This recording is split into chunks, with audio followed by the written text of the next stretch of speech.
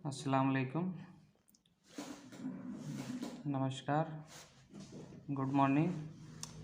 ये first class इकरा intermediate college class 11 biology. बहुत सारी चीज़ें आपको पढ़ा दी गई हैं। ये पहला क्लास ऑनलाइन के माध्यम से जैव अणु बायोमॉलिक्यूल्स में पढ़ाया गया था और यहाँ तक प्रोटीन तक आपको पढ़ा दिया गया था और आगे प्रोटीन के कार्य। इसके पहले बताना चाहेंगे प्रोटीन शब्द गेरार्ड जॉन मूलर ने दिया था और प्रोटीन शब्द बर्जीलियस ने सजेस्ट किया था। बर्जीलियस एक वैज्ञानिक था, उसी ने प्रोटीन शब्द को सजेस्ट किया था और ये शब्द दिया गया था गेरार्ड जॉन मुल्डर द्वारा। Gerard John Mulder MULDR Mulder द्वारा दिया गया था। प्रोटीन के कार्य, आप देखिए प्रोटीन के कार्य, प्रोटीन के क्या कार्य हैं। प्रोटीन शरीर की वृद्धि के लिए आवश्यक है। प्रोटीन क्या है? शरीर की वृद्धि के लिए आवश्यक है। प्रोटीन पोषक पदार्थों को कोशिका झिल्ली से अभिगमन में सहायक होते हैं। कुछ प्रोटीन संक्रामक जीवों से सुरक्षा करते हैं। एंजाइम प्रोटीन के बने होते हैं जो उपापचय में सहायक होते हैं। प्रोटीन की संरचना, आगे देखिए प्रोटीन की संरचना। अमीनो अम्ल के संगठन व व्यवस्था के आधार पर प्रोटीन की संरचना 4 प्रकार की होती है।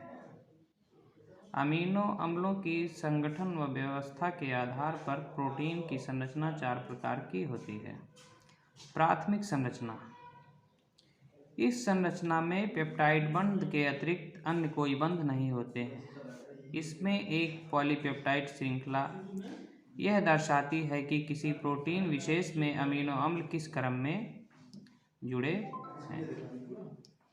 द्वितीयक संरचना क्या बताती है? देखिए, इस संरचना में पॉलीपेप्टाइड श्रृंखला कुंडलित होकर लड़ी के रूप में व्यवस्थित होती है। यह घूमती हुई सीढ़ी के रूप में होती है। इसमें पेप्टाइड बंध के अतिरिक्त हाइड्रोजन बंध भी पाए जाते हैं। कुंडलित कुंडलन के कारण अमीनो अम्ल एक दूसरे के पास समीप आ जाते हैं तथा श्रृंखला नियमबद्ध पुनरावृत्ति के रूप में पाए जाते हैं। आप लोग अपनी कॉपी में जैसे लिखा हुआ है उसी तरह से लिख लीजिएगा। प्रोटीन के कार्य क्या कार्य हैं। प्रोटीन शरीर की वृद्धि के लिए आवश्यक है। प्रोटीन पोषक पदार्थों को कोशिका झिल्ली से अभिगमन में सहायक होते हैं। कुछ प्रोटीन संक्रामक जीवों से सुरक्षा करती हैं। एंजाइम प्रोटीन के बने होते हैं जो उपापचय में सहायक होते हैं।